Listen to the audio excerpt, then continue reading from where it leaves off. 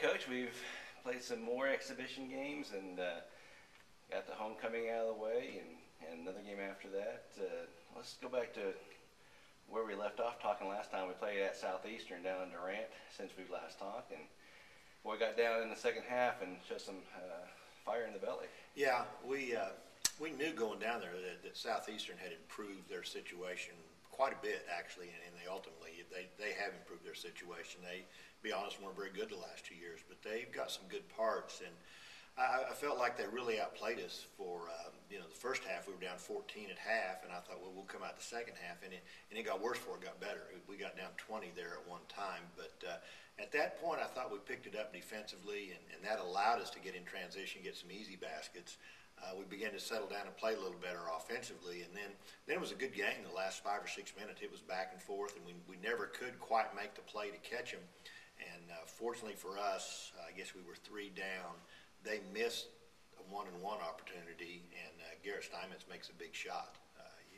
You only make so many of those in your career. You hate to waste them in an exhibition game, but it was a big shot. We're glad he hit it. And then got in overtime, felt like we were in pretty good position a couple times and let the first overtime get away from us. And then I really felt like their foul situation got them in a bind late. Nate Brumfield was able to really score it for us in both overtimes. And we were lucky to get out of there with a win. But I think that can help us in the long run. Yeah, it seemed like it was called a little loose in the first half, and when the fouls started coming, it seemed like Nate took over the game. Right. We started out the second half, and again, I think even though we got down deeper, I felt like the offense got better. We went to the basket some more. We played inside more, and I guess I remember their fans yelling, "It's 8-1 in fouls, 8 against them and 1 against us." Well, some of that was the way we were trying to play, and getting to the free throw line made a huge difference, and it ultimately worked out. You don't want to get in that situation, but it was a good experience. There's no doubt an exhibition game sometimes helps and sometimes doesn't, but that one really will help our basketball team, I think. Then on Saturday, had the homecoming with the University of Southwest. You had to think after that was a little bit of surprise at how big a blowout that was. I was really surprised. We had seen them on tape. They had split games with Wayland. We had seen them with our own eyes the night before over Oklahoma Christian. They led Oklahoma Christian at halftime, and I think Oklahoma Christian is a very good basketball team, maybe at this point the best team in our league.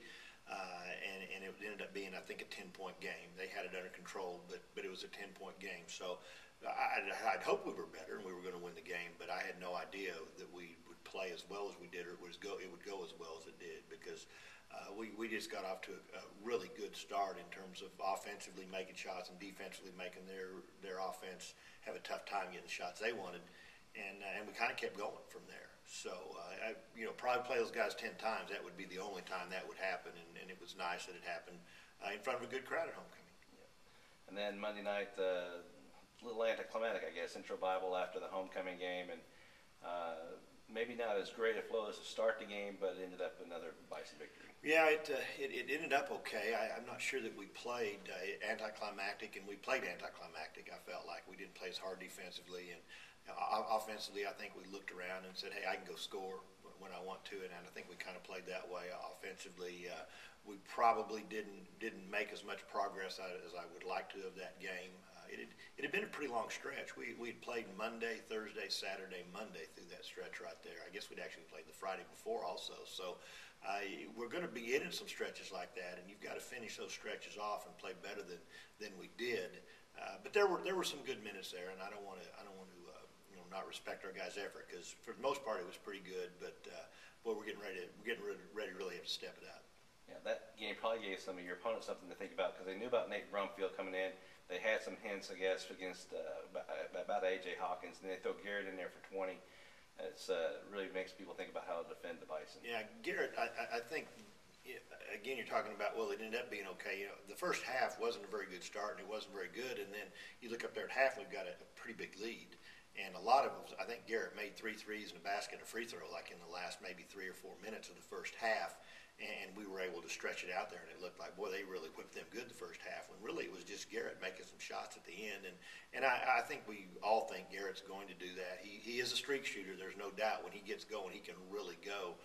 But he's spent a little more time in the gym, and that's a big key for him, is to spend some time, get some extra shots up, and we're definitely going to need him making shots. I felt like, not to blame Garrett, but to blame all of us, we didn't make shots at the end of the year last year. And you look at those games we had a hard time in.